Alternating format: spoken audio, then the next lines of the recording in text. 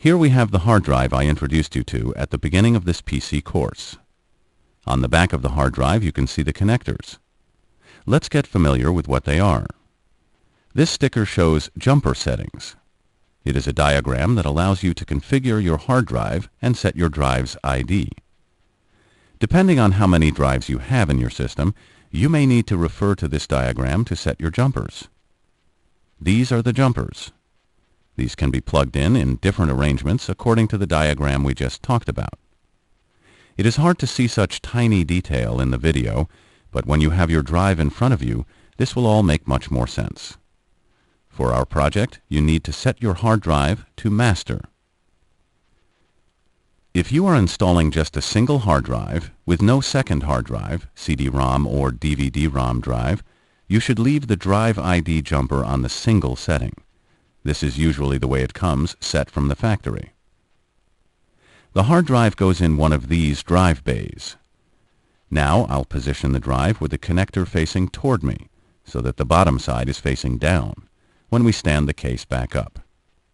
The hard drive is usually secured with 4 screws and sometimes with 2, depending on the case. There are some computer cases that provide cages or mounting rails to install the various devices. Consult your case manual for more detail if mounting rails are required.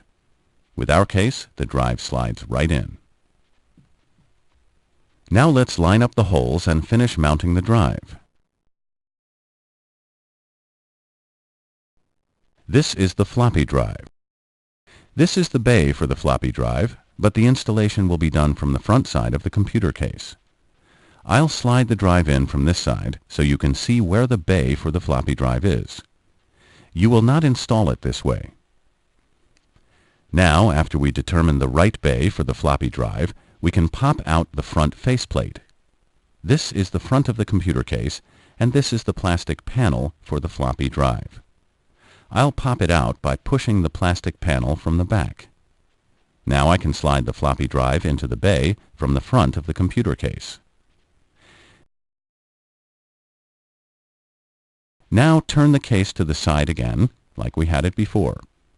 Here are the screw positions for the floppy drive to secure the drive to the bay. Now we can screw in the floppy drive.